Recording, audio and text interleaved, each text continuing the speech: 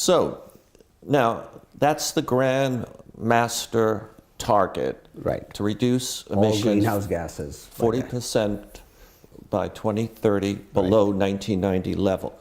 But that plan has, in my opinion, 6 sub-goals. And Yeah. and goals are the desired future position. Correct. And it's safe to say we need to reach each one of those goals. And if we do, and if the numbers work, we attain the master goal. Correct. I would like to ask you some questions about goal number 2, which is to reduce the amount of petroleum in vehicles by 50% year 2030. And I have a question now. In understanding what that goal really means, reduce 50% of the petroleum, that's the gasoline and diesel. And we're not talking about in each individual car, we're talking about the aggregate. Correct. Correct. We're looking at all the cars on the road 2030, and we're comparing how much diesel and gasoline they're using right now, roughly 2018. And when we look at the aggregate for all those cars and the amount of petroleum and diesel, we want to be using 50% of that. Of that. Yeah.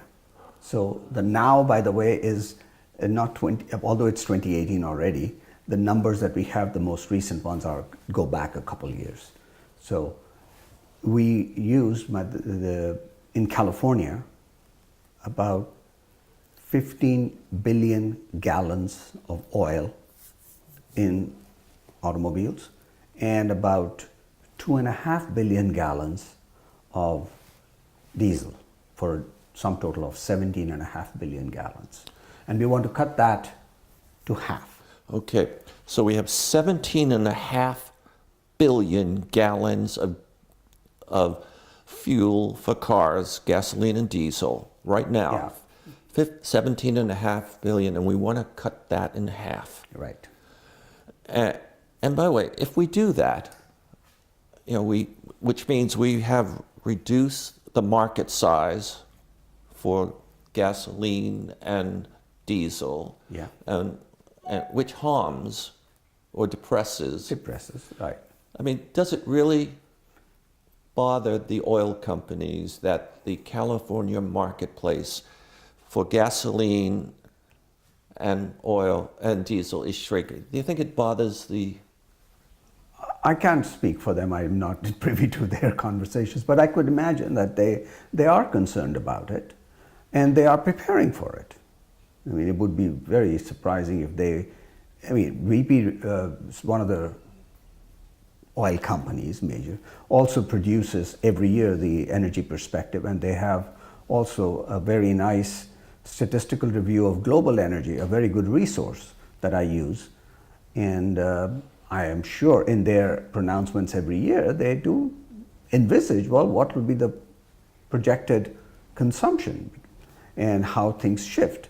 Now, 17.5 billion gallons may sound a lot, but when you put it in the global perspective, which is the market that they are serving, it's a small amount. Unless everybody else is also cutting back. What they are also seeing at the moment is a drive in many nations with the increasing number of cars. In the US today, there are about 250,000 cars, 250 million.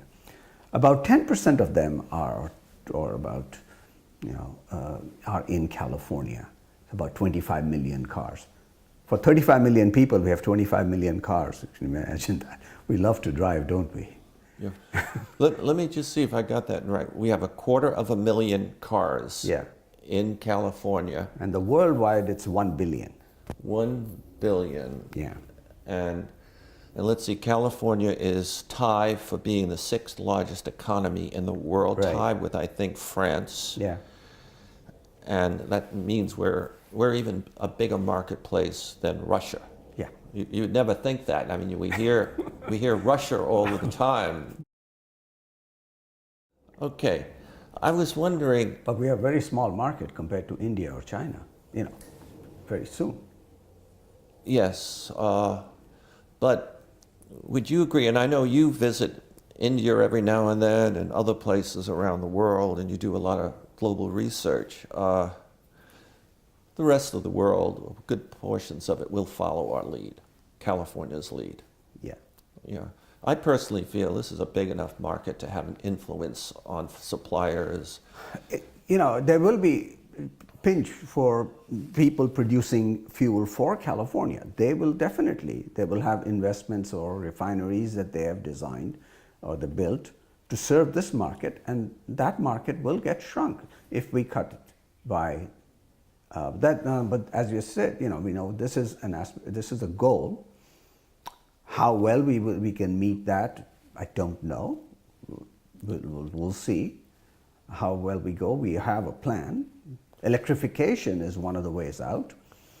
So let's talk about electric cars. How many do we have, and which do we need to get to? All right. To cut that. So you use this big term electrification, and then you went to a more narrow topic, cars, or at least one aspect of it. But first, there is this global trend occurring toward the electrification Absolutely. of everything. Everything.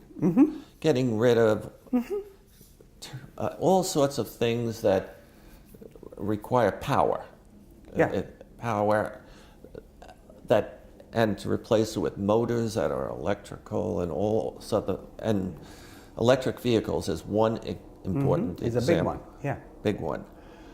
And you recall that Governor Jerry Brown forecasted how many electric vehicles he wants to see on the road by 2030. Yeah. And 5 million. 5 million. So 5 million. We said we had 25 million cars in California. We want to have about 5 million of them electrified by 2030. I think that's possible. Well,